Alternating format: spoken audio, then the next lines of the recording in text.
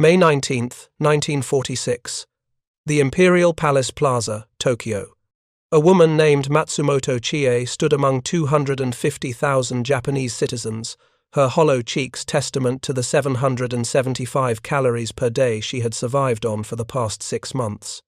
The crowd surged forward, not with the disciplined order that had characterized wartime rallies in this very spot, but with the desperate energy of the starving.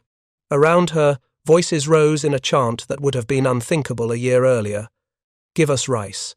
The words echoed off the palace walls where Emperor Hirohito resided, the same walls before which millions had once bowed in reverence. Now they demanded food. If you're enjoying this deep dive into the story, hit the subscribe button and let us know in the comments from where in the world you are watching from today. What Matsumoto and the 250,000 demonstrators pressing toward the Imperial Palace could not know was that 3,000 miles across the Pacific Ocean, American cargo vessels were already being loaded with wheat flour destined for Japan, not as spoils of war, not as tools of exploitation, but as emergency food aid that would, over the coming months and years, fundamentally reshape how an entire generation of Japanese viewed their former enemy. The psychological transformation triggered by this aid would prove as profound as any military defeat, replacing decades of propaganda about American barbarism with the tangible evidence of unexpected compassion. If you're enjoying this deep dive into the story, hit the subscribe button and let us know in the comments from where in the world you are watching from today. The story of how American food assistance altered the course of post-war Japan begins not in 1946, but in the final desperate months of World War II, when Japan's military government pursued a strategy that would leave its civilian population on the brink of mass starvation. Understanding this crisis requires examining the deliberate choices that created it and the material realities that made American intervention the difference between survival and catastrophe for millions. By summer 1945, Japan faced caloric collapse across multiple levels. Individual bodies approached starvation. Households exhausted their reserves. The entire industrial system ground toward halt as workers lacked the energy to maintain production. The Japanese government had redirected agricultural resources toward the war effort for years. Fertilizers went to munitions factories instead of rice paddies. Farm tools became scarce as metal went to weapons production. The male agricultural workforce dwindled as conscription pulled workers from fields into military service. Domestic food production had declined by 26% during the final 2 years of the Pacific War. Average daily caloric consumption, which stood at 2,000 calories before the attack on Pearl Harbor in December 1941, had fallen to 1,900 calories per day by 1944. Allied bombing campaigns and the shrinking male workforce drove consumption down further to approximately 1,680 calories per day by summer 1945. These figures represent population averages. In cities, where industrial workers formed the backbone of the war economy, conditions were substantially worse. The loss of Japan's colonial territories compounded the agricultural crisis in ways Japanese planners had not anticipated. Korea and Taiwan, which had served as Japan's primary rice-producing colonies, were liberated at war's end. Japan suddenly had to feed its population entirely from domestic yields precisely when those yields had collapsed. Poor weather in 1944 and 1945 produced mediocre harvests. The 1945 rice crop, affected by unfavorable conditions, reached only 6,600,000 metric tons compared to better years. Sweet potato production increased to compensate, reaching 7,970,000 metric tons, but potatoes provided different nutritional profiles and fewer calories per unit weight than rice. Then came the repatriation. 8 million Japanese expatriates returned from newly liberated territories across Asia. Soldiers demobilized, colonial administrators fled, settlers abandoned homes in Manchuria, Korea, Taiwan, and throughout Southeast Asia. All converged on the home islands, adding millions of mouths to feed precisely when food supplies had reached their lowest point. The numbers were stark. Japan's population in 1945 stood at approximately 72 million. Domestic agricultural production could feed perhaps 50 million at subsistence levels. The gap between available food and minimum survival requirements represented a crisis of existential magnitude. American strategic bombing had pursued what commanders called Operation Starvation, alongside the incendiary raids that destroyed urban areas. Beginning in March 1945, B-29 bombers dropped aerial mines in Japanese coastal waters and harbors. The mining campaign, combined with submarine warfare and surface naval operations, effectively blockaded the home islands. Fishing, which had provided crucial protein in the traditional Japanese diet, became nearly impossible. The average availability of fish, which stood at 63.6 grams per person per day in the years 1939 through 1941, had collapsed to 31 grams per day by 1945. The combination of naval blockade, reduced agricultural output, loss of colonial food sources, massive repatriation, and destroyed transportation networks created conditions where mass starvation became a genuine possibility. Experts at the time, examining food availability and population needs, predicted that if Japan somehow continued fighting through 1946, deaths by starvation would exceed 7 million. The actual end of the war in August 1945 prevented that catastrophe, but it did not immediately solve the underlying food crisis. September 2nd, 1945. Aboard the USS Missouri in Tokyo Bay, Japanese officials signed the Instrument of Surrender, formally ending World War II. General Douglas MacArthur, as Supreme Commander for the Allied powers, assumed responsibility for the occupation and reconstruction of Japan. MacArthur faced immediate problems that threatened to undermine every other occupation objective. Chief among these was the food crisis that had been building for months and showed no sign of abating. The Japanese government maintained the wartime rationing system after surrender, hoping it would help conserve and equitably distribute scarce resources. The system proved wholly inadequate. Official rations in autumn 1945 were set at 1,551 kilocalories per person per day, approximately 77% of the minimum needed for basic health and physical performance. Even these inadequate rations could not be delivered consistently. Distribution systems, damaged by bombing and starved of fuel and transport, broke down repeatedly. In September 1945, black markets began opening throughout the Tokyo metropolitan area as the official rationing system failed to provide sufficient food. Citizens who could afford black market prices survived. Those relying solely on official rations faced genuine starvation. The government in November 1945 held a mass meeting in Hibiya Park, Tokyo, to address measures against starvation deaths. Around this time, reports emerged of increasing numbers of deaths caused by starvation at Ueno Station, one of Tokyo's major railway terminals. Bodies of those who had simply starved to death were found with increasing frequency. December 1945 brought the first American response. At the behest of occupation authorities, the Japanese Ministry of Health and Welfare conducted a nutrition survey of Tokyo residents. The results shocked even those familiar with wartime deprivation. MacArthur's headquarters established that preventing mass starvation represented not merely a humanitarian obligation, but a strategic necessity. The occupation directive was explicit. U.S. forces were to prevent such starvation, widespread disease, and civil unrest, as would clearly endanger the occupying forces and permanently obstruct the ultimate objectives of the occupation. January 1946 saw the arrival of the first emergency food shipments. Approximately 900 tons of wheat flour came from Manila. This represented merely a token amount for a population of 72 million, but it signaled American willingness to provide assistance. In March, 25,000 tons of wheat arrived from the United States proper. For context, Japan's population needed approximately 3 million tons of imported food annually just to maintain subsistence-level nutrition. 25,000 tons would feed the nation for less than a week. The winter of 1946 brought conditions to crisis point.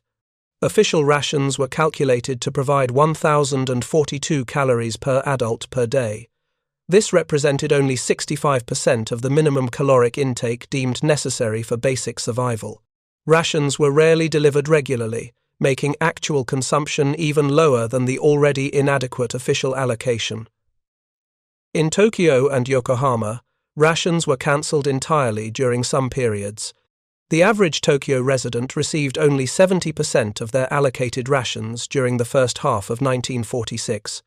This provided approximately 775 calories per day for a full 6 months.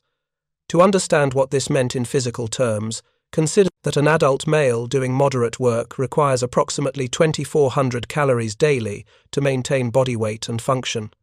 At 775 calories per day, the body begins consuming itself. Muscle tissue breaks down to provide energy, the immune system weakens, cognitive function declines. A condition called nutritional dystrophia, characterized by severe edema and weakness, became increasingly common. Japanese medical researchers, desperate to provide evidence that would convince occupation authorities of the crisis severity, formed the Dystrophia Research Group in September 1945 under Professor Yasuzo Sakaguchi of the University of Tokyo. The committee met 6 times through 1946, documenting incidence rates, causes, symptoms, and treatment options. Dr. Omori, another prominent researcher, estimated that more than 10 million Japanese faced risk of starvation death based on conditions as of 1946. The case fatality rate for hospitalized dystrophia patients reached 4.2%. In prisons, where conditions were even worse, 31.7% of patients died. February 1946 brought a turning point. Faced with medical evidence of the crisis severity and growing unrest, General Headquarters decided on emergency aid and released flour stocks for distribution. The Tokyo Metropolitan Government conducted a survey of post-mortem causes of unnatural deaths occurring in April 1946. Deaths in the street accounted for 35% of all unnatural deaths. Flash autopsy reports on 186 cases revealed that 30% were nutrition-related.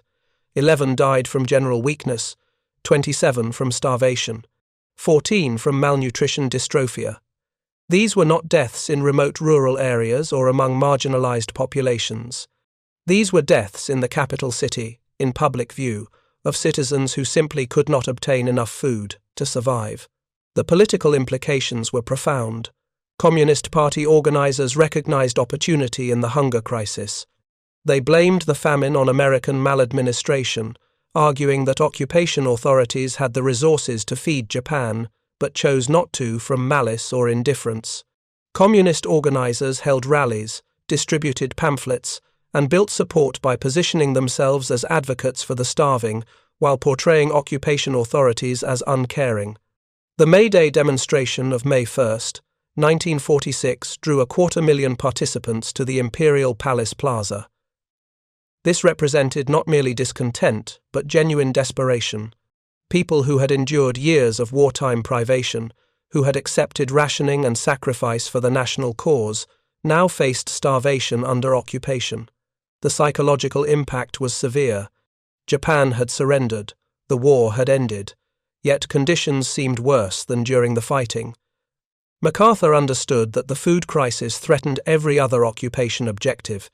Democratic reforms meant nothing to people who were starving. Economic reconstruction could not proceed with a malnourished workforce. Political stability required that basic survival needs be met. More immediately, hungry populations became susceptible to communist organizing in ways well-fed populations did not. The emerging Cold War context made preventing communist influence in Japan a strategic priority for American policymakers. In April 1946, the Far Eastern Commission, after prolonged discussions, formally approved food imports to Japan. The approval represented a significant policy shift. Allied nations, many of which faced their own food shortages and rationing, had questioned whether scarce food supplies should go to a former enemy. The British, suffering continued austerity despite victory, raised objections. Other Allied nations pointed to their own population's needs. India, experiencing its own food crisis, specifically protested American food aid to Japan while Indian requests went unfulfilled. The American response centered on two arguments. First, preventing disease and unrest that would endanger occupation forces represented a direct military necessity under international law governing occupying powers. Second, and more candidly, preventing communist influence in Asia required demonstrating that cooperation with the United States provided tangible benefits.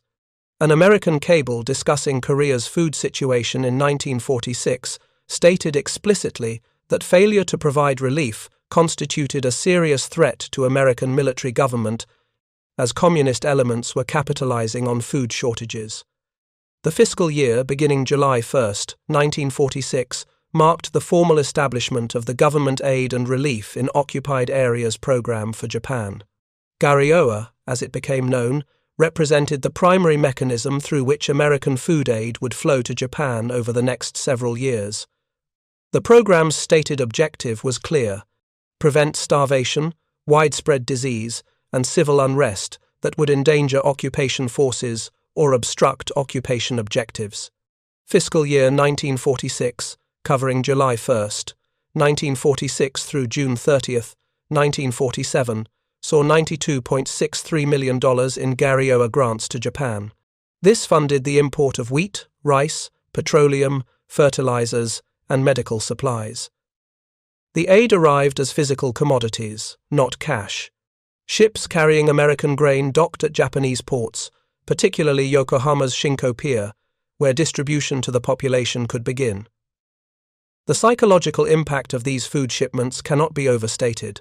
Japanese civilians, taught for years that Americans were barbaric demons who would commit atrocities if given the chance, instead witnessed American ships delivering food that prevented starvation.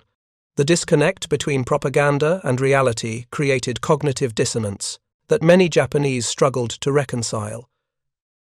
How could the monsters of wartime propaganda be feeding them? Matsumoto Chie, who had stood in the Imperial Palace Plaza demanding rice in May, watched in July as American wheat arrived at distribution centers. The flour made bread possible, though many Japanese had never eaten bread regularly before the war. Wheat had not been a traditional staple. Rice dominated the Japanese diet, with fish providing protein. Now, American wheat flour became the difference between survival and starvation for millions. The experience of children proved particularly significant in reshaping Japanese attitudes. In January 1946, approximately 800,000 schoolchildren in Tokyo and Yokohama received school lunches for the first time since the war. The program expanded rapidly. By December 1946, 3 million children participated. By the end of occupation in 1952, 8 million children benefited from school lunch programs sustained by American food aid. These children, who would grow to adulthood in the post-war era, remembered American food aid as the thing that kept them alive during their most vulnerable years. Former Prime Minister Hashimoto Ryutaro, who received Lara aid as a child, later stated that it had saved his life. He described Lara not as a simple acronym, but as a beautiful and sweet name that represented love and kindness. This represented a profound shift from wartime characterizations of Americans. The school lunch program introduced Japanese children to foods that had not been part of traditional diets. Bread, which few Japanese ate regularly before the war, became familiar. Powdered milk, which many children initially disliked for its taste and texture, provided crucial protein and calcium. The lunches typically included a main course, a bread roll, and milk, providing 600 kilocalories and 25 grams of protein per student daily. For children receiving inadequate nutrition at home, this represented the majority of their daily caloric intake. American authorities established these school lunch programs from multiple motives. Humanitarian concern for starving children certainly played a role. Strategic calculation also factored prominently. Healthy children represented Japan's future workforce and political class. Malnourished children would grow into adults with diminished physical and cognitive capacity. Moreover, feeding children created goodwill among parents who might otherwise support communist organizers promising better conditions. The broader WWII program continued expanding through 1947 and 1948. Fiscal year 1947 brought $287.33 million in grants. Fiscal year 1948 saw $351.4 million. The aid took forms beyond simple food shipments. Petroleum and fertilizers allowed Japanese agriculture to begin recovering. Without fuel, farmers could not operate machinery. Without fertilizers, depleted soil could not produce adequate yields. The fertilizer imports proved particularly significant. Japanese agriculture had depended heavily on chemical fertilizers before the war. Domestic production, which had been redirected toward explosives manufacturing during wartime, took years to rebuild. American fertilizer shipments in 1946 and 1947 allowed the 1947 and 1948 harvests to improve substantially over the disastrous yields of 1945 and 1946. Agricultural recovery meant that imported food, rather than meeting 100% of the gap between domestic production and minimum needs, could focus on supplementing domestic supplies. By late 1947, Japanese rice production had improved enough that officials could increase the official ration to 2 go and 5 shaku, approximately 375 grams of rice per person. The sweet potato harvest of 1947 proved abundant, allowing potatoes to supplement rice in the diet. Energy intake per person per day, which had averaged 1,380 kilocalories in 1946, began climbing toward healthier levels. Parallel to WWII ran a smaller but psychologically significant program administered by American religious and charitable organizations. Licensed agencies for relief in Asia, known by its acronym LARA, began operations in November 1946. LARA represented the coordinated effort of 13 American charitable organizations, including Church World Service, the American Friends Service Committee, and other religious groups. The organizations faced initial resistance from the American government, which still categorized many first-generation Japanese immigrants as enemy nationals despite the war's end.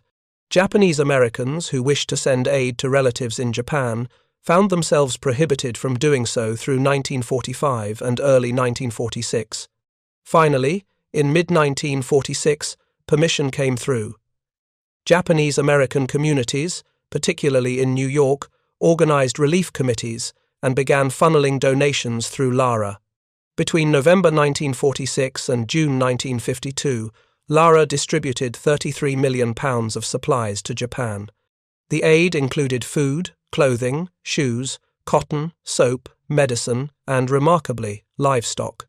LARA shipped over 2 million pigs, 2,000 goats, and 50 milk cows to Japan aboard 458 ships. Approximately 20% of these supplies came from donations by Japanese nationals and Japanese descendants in North and South America, including Japanese Americans who had themselves faced internment during the war.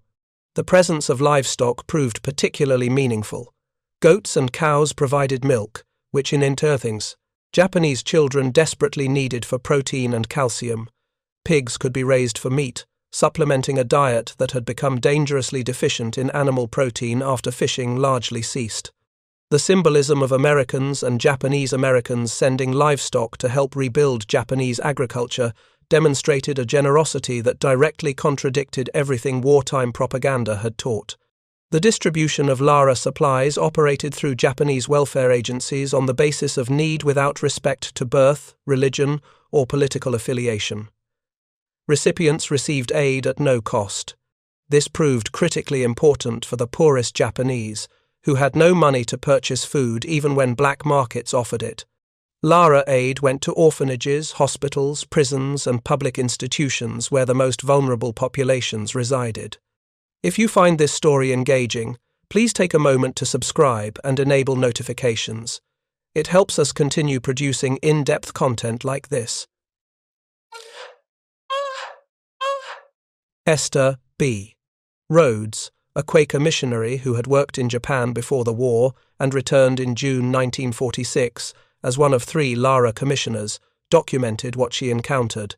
Traveling through Yokohama as her ship approached, She noted that destruction became noticeable and the city seemed practically leveled, with ruins of buildings on the bluff, much like the scene after the 1923 earthquake, with piles of rubble everywhere. Walking through Tokyo's Ginza district in July 1946, roads passed hundreds of aimless people walking the streets. Later that month, visiting a facility 15 miles outside Osaka, she found over 1,000 mentally challenged adults and undernourished or tubercular children living at what was termed a poor farm.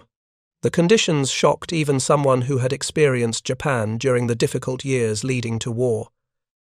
These encounters reinforced for American aid workers that Japan faced genuine crisis, not merely the normal hardships following military defeat. The scale of need demanded a sustained, systematic response far beyond what private charity could provide.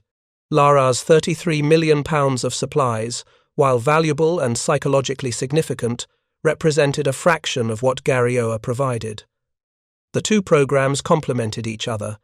WWII addressed mass starvation through large-scale commodity imports. Lara reached vulnerable populations that official channels sometimes missed. By late 1947, the immediate starvation crisis had passed. Japanese agriculture was recovering. American food imports continued, but at levels intended to supplement rather than replace domestic production. The worst predictions, of millions dying from hunger, had not come to pass. American aid, both governmental through WWII and private through Lara, had prevented mass starvation. But preventing starvation represented only the most immediate effect. The psychological transformation triggered by American food aid would prove far more lasting and consequential. An entire generation of Japanese experienced the disconnect between what they had been taught about Americans and what they witnessed. This cognitive dissonance reshaped attitudes in ways that would influence Japanese society and US-Japan relations for decades. If you find this story engaging, please take a moment to subscribe and enable notifications. It helps us continue producing in-depth content like this. The transformation of Japanese attitudes toward Americans did not occur through official proclamations or government propaganda. It happened in kitchens where mothers prepared bread from American wheat flour for the first time. It happened in schoolyards where children drank milk that American ships had delivered. It happened in hospitals where malnourished patients received food that prevented death. The material reality of American aid created a psychological shift that no amount of occupation directives could have achieved. Takahashi Aiko was 11 years old in the spring of 1946. Her father had died in the Philippines in 1944. Her mother worked in a textile factory, earning barely enough to afford black market food to supplement the inadequate official rations. Takahashi remembered the morning in September 1946 when her elementary school in Tokyo began serving lunch for the first time since before the war ended. The first lunch consisted of a small bread roll, a cup of milk reconstituted from American powdered milk, and a portion of stew made with canned meat. Takahashi had never tasted bread before. The texture seemed strange compared to rice. The milk had an odd smell that many children found unpleasant. But the food was warm, filling, and most importantly, it was food. For 6 months, Takahashi and her classmates had attended school on empty stomachs, struggling to concentrate through hunger. Now, they had lunch, every school day. Takahashi's mother cried when her daughter told her about the school lunch program, not from sadness, but from relief. The lunch meant that her wages, which had been inadequate to feed both of them properly, now only needed to provide 1 meal daily instead of 2. The margin between survival and starvation had widened just enough to make survival possible. Years later, Takahashi would describe the school lunch program as the thing that allowed her generation to grow up healthy enough to rebuild Japan. The emotional impact of American food aid operated on multiple levels simultaneously. At the most basic level, it prevented death. People who would have starved instead survived. This created gratitude of the most fundamental kind, the gratitude of those whose lives have been saved. But the significance went deeper. The identity of who was providing the aid mattered enormously, given the context of wartime propaganda and recent military defeat. Japanese wartime propaganda had depicted Americans as bestial demons who would commit atrocities if they invaded Japan. Images showed Americans as less than human, as monsters who delighted in cruelty. The propaganda served a purpose during war, convincing Japanese civilians that surrender or defeat would bring horrors worse than death. When Japan surrendered, many civilians genuinely feared what occupation would bring. Some expected mass executions, others anticipated systematic brutalization. The propaganda had been effective. Instead, American soldiers arrived and did not commit the predicted atrocities. They established order. They pursued war criminals but did not engage in indiscriminate revenge. And most significantly, they began feeding the population.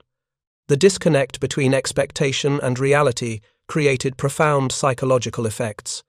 How could the demons of propaganda be the ones preventing starvation?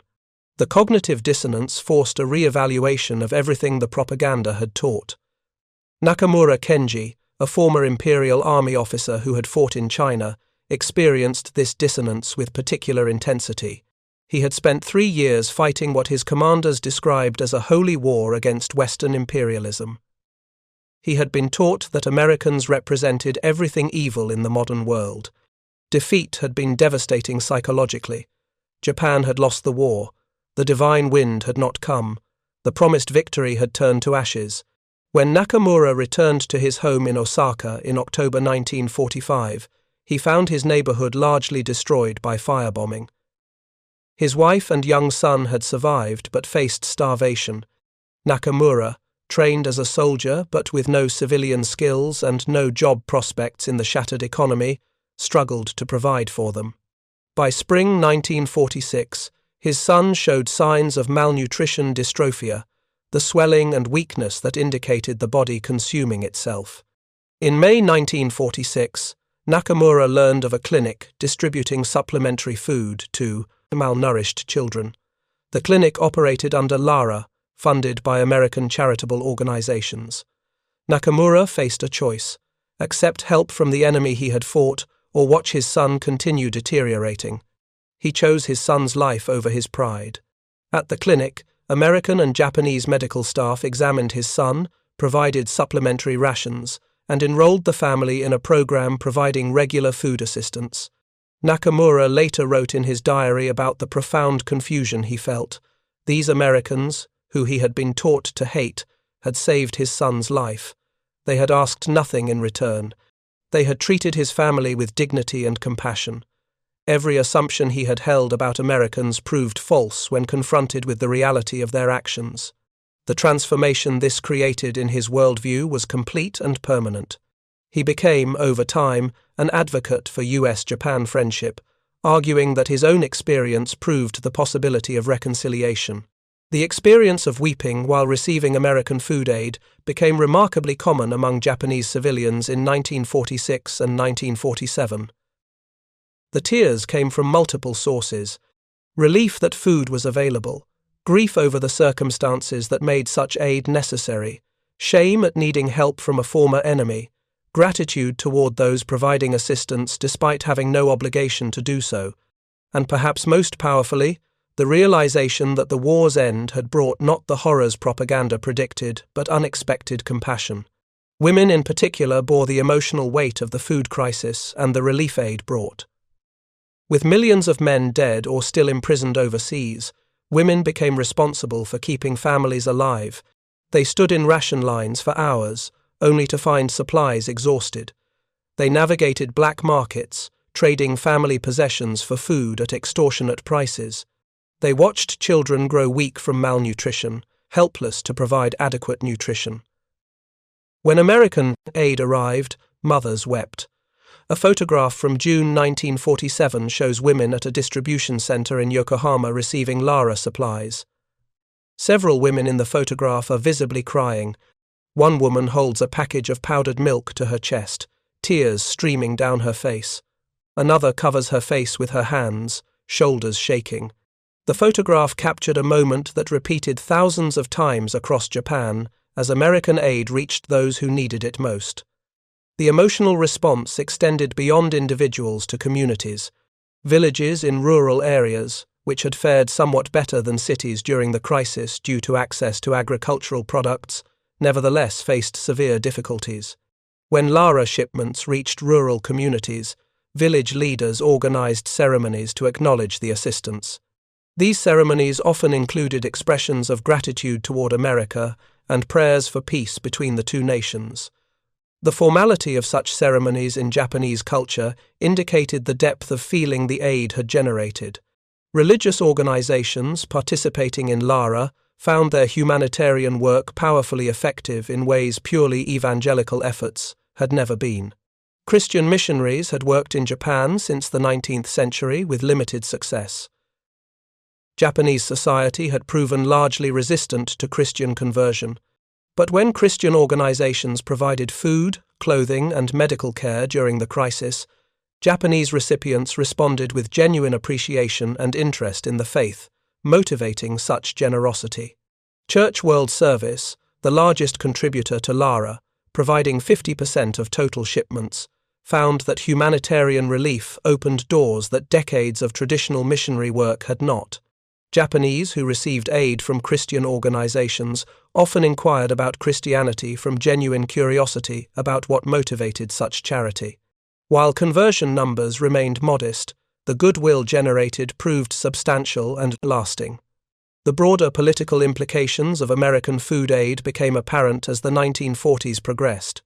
Communist Party organizers, who had attempted to capitalize on the food crisis by blaming American occupation authorities, found their message increasingly ineffective as American food shipments continued arriving.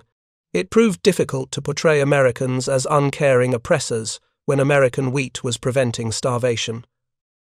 The material evidence contradicted the propaganda. By 1948, Communist Party support in Japan had peaked and began declining. Multiple factors contributed to this decline, but the failure of communist messaging about American food aid played a significant role. Japanese voters had direct experience of American assistance. They knew from personal observation that the United States was feeding Japan, not exploiting it. Communist claims to the contrary simply lacked credibility when contradicted by daily lived experience. The Cold War context meant that American policymakers viewed food aid to Japan partly through the lens of preventing communist expansion in Asia. Internal documents make clear that strategic calculations influenced aid decisions, but the strategic motivation did not diminish the humanitarian impact. Regardless of why American food arrived, Japanese civilians experienced it as life-saving assistance. The motivation mattered less than the effect. The Johnston Committee report of April 1948 marked a significant shift in American occupation policy toward Japan. The report recommended that Japan's economy should be reconstructed rather than remaining suppressed. It suggested reductions in war reparations and relaxation of policies breaking up large Japanese corporations. Most significantly for food aid, it authorized moving funds from WWII into the Economic Rehabilitation in Occupied Areas program, allowing money to be spent on industrial materials needed for economic recovery rather than solely on emergency relief. This shift reflected American recognition that a prosperous, economically stable Japan served American interests better than a struggling, dependent Japan. The emerging Cold War made Japan's strategic location increasingly important. An economically viable Japan could serve as a bulwark against communist expansion in Asia. A Japan dependent on perpetual food aid could not. Therefore, helping Japan rebuild its economy and achieve food self-sufficiency became an American strategic priority. The transition from emergency relief to economic rehabilitation occurred gradually through 1948 and 1949. Food imports continued but increasingly focused on supplementing domestic production rather than preventing immediate starvation. American aid funded imports of raw materials for Japanese industry, allowing factories to resume production. As industrial production recovered, employment increased. With employment came wages. With wages came purchasing power for food. The positive cycle of economic recovery began. By 1949, Japanese rice production had recovered to approximately 80% of pre-war levels. The 1949 harvest proved particularly good, allowing authorities to increase official rations further. Vegetable production, which had collapsed during the war, recovered more quickly than grain production. Fish catches, though still below pre-war levels due to depleted stocks, increased substantially as the fishing fleet rebuilt. The combination of improved domestic production and continued American food imports meant that by late 1949, the starvation crisis had definitively ended. The psychological legacy of the 1946 crisis and American aid response proved remarkably durable. Japanese, who had experienced the crisis as adults, carried those memories throughout their lives. More significantly, the children who had received school lunches funded by American aid grew into adults with fundamentally different attitudes toward the United States than their parents' generation had held. These children, born in the late 1930s and early 1940s, came of age during Japan's post-war economic miracle. They formed the workforce that rebuilt Japanese industry.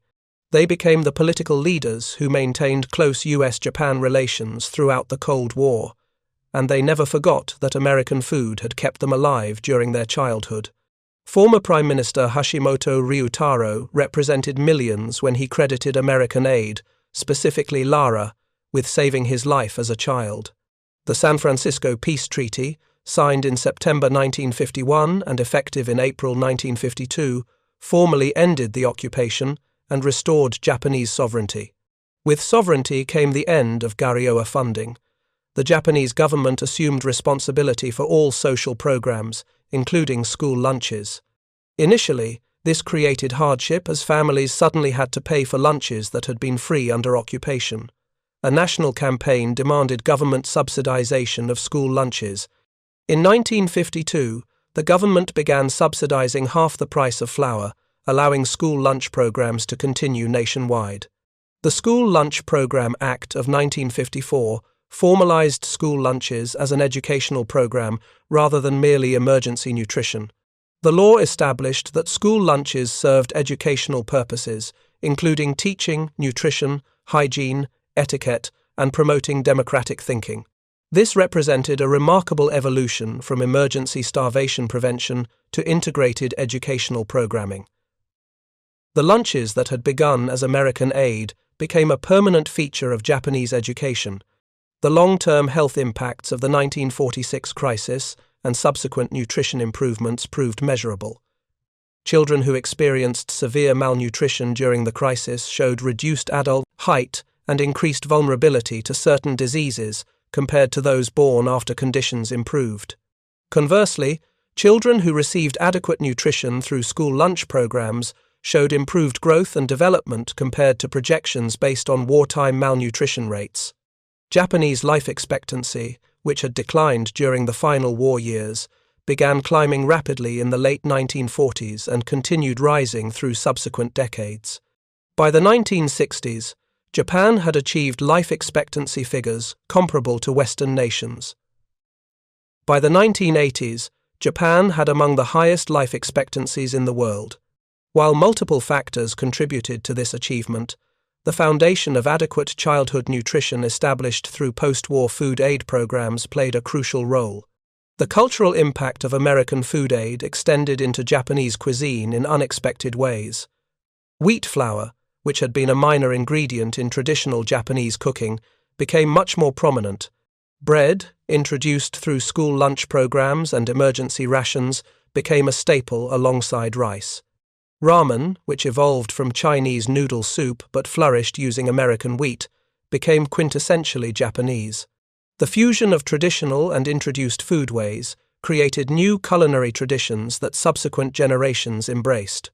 The Shin-Yokohama Ramen Museum, established in 1994, explicitly acknowledges the role of American wheat imports in enabling the post-war ramen boom.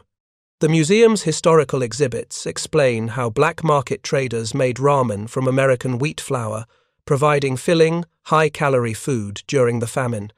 What began as survival food became a beloved national dish.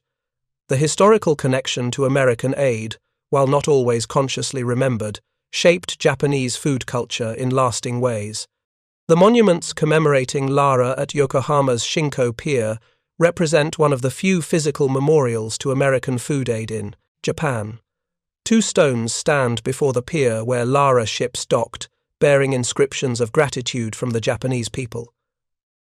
The monuments, modest in size, carry profound meaning for those who remember.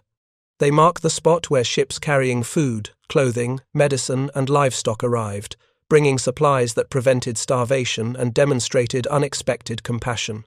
The choice of Yokohama for the memorial proved appropriate. The city had been among the most heavily damaged by American bombing during the war.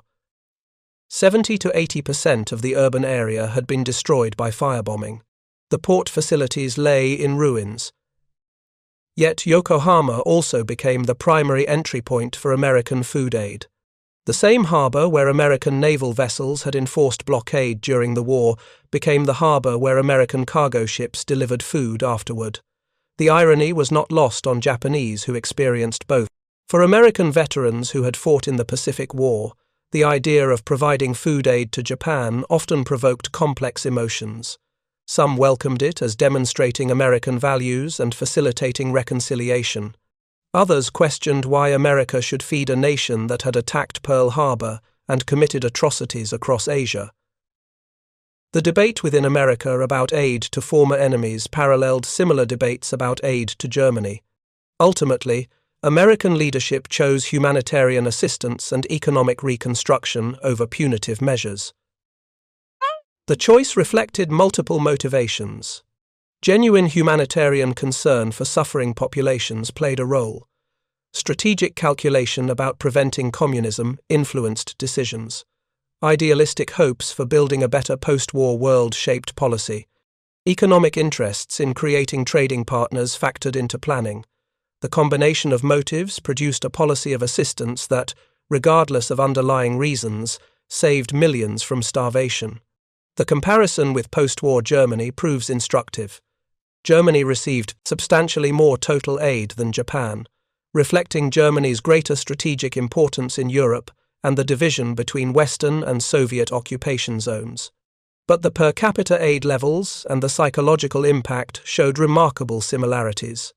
In both countries, populations that had been taught to hate Americans instead experienced American assistance in their most desperate hours. In both countries, this created lasting shifts in attitudes and established foundations for post-war alliance. The Japanese experience with American food aid carries particular resonance because of the racial dimension. American wartime propaganda about Japan had been explicitly racist in ways propaganda about Germany generally was not. Japanese were depicted not merely as enemies, but as subhuman, as vermin to be exterminated. The savagery of Pacific combat and Japanese atrocities reinforced these attitudes among American forces. Yet when the war ended, American policy chose assistance over revenge, feeding rather than punishing. This choice, to feed a population that had been racially demonized during war, represented a remarkable departure from historical norms. Previous occupying powers typically exploited conquered territories for resources rather than transferring resources to them. The decision to pour American food, funds, and supplies into Japan without demanding immediate repayment defied traditional occupation behavior. It created a model for post-war reconstruction that influenced subsequent American foreign policy. The financial aspect of Garioa deserves examination. The aid provided to Japan between 1946 and 1952 totaled approximately $2.2 billion in current dollar terms, equivalent to roughly $15.2 billion in 2005 dollar purchasing power. About 77% came as grants that Japan never repaid. 23%, approximately $490 million, was eventually classified as loans that Japan did repay.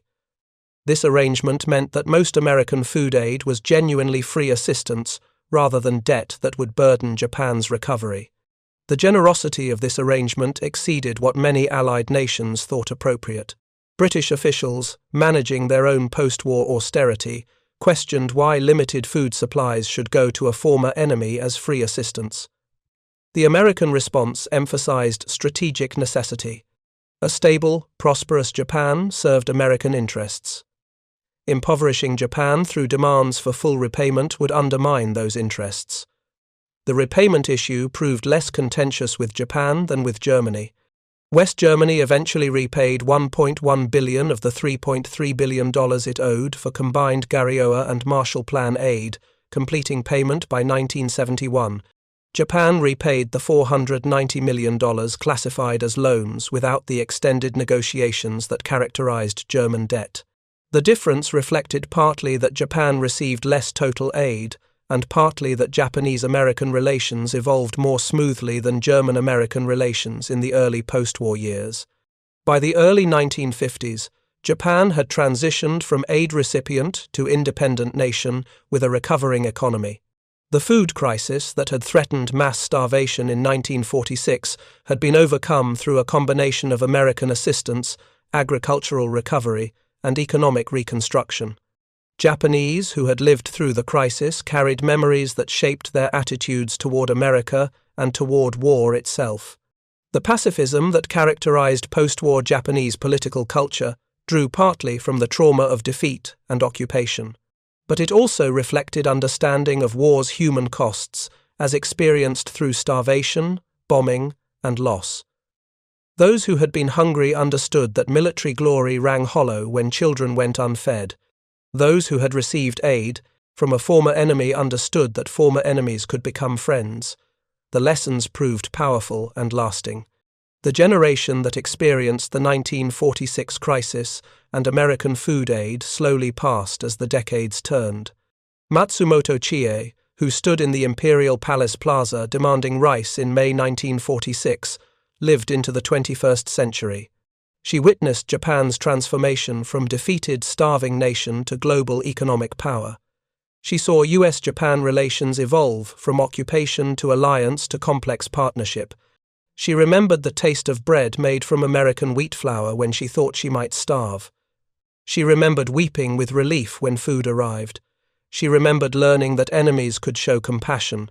The children who received school lunches funded by American aid became parents and grandparents. They told their descendants about the hunger years, about the arrival of American food, about the psychological transformation it created. The stories became part of family histories, passed down not through official channels but through personal memory. These personal memories, multiplied across millions of families, created collective memory that shaped national attitudes. The wheat and rice that American ships delivered to Japan in 1946 measured in tons, the number of lives saved measured in millions. But the true measure of American food aid cannot be calculated in tonnages or dollar values or lives saved, significant though these were. The true measure lies in the transformation of consciousness it created, in the shift from enemy to friend, in the demonstration that compassion could transcend the hatreds war created. May 19, 1946. Matsumoto Chie stood in the Imperial Palace Plaza among 250,000 desperate people demanding food from a government that had little to give. She could not have known that American ships were already crossing the Pacific carrying wheat that would prevent her starvation. She could not have imagined that within months she would weep with gratitude toward a nation she had been taught to hate. She could not have foreseen that this moment, this crisis, would create bonds between former enemies that would endure for generations. The story of American food aid to Japan in the immediate post-war years represents one of history's most remarkable transformations. Not the transformation of cities rebuilt or industries reconstructed, though these too occurred. Rather, the transformation of human hearts, the replacement of hatred with gratitude, the conversion of enemies into friends through the simple act of feeding the hungry. This transformation, born from hunger and answered with compassion, proved more durable than any military occupation, more powerful than any propaganda, more lasting than any treaty. Thank you for watching. For more detailed historical breakdowns, check out the other videos on your screen now, and don't forget to subscribe.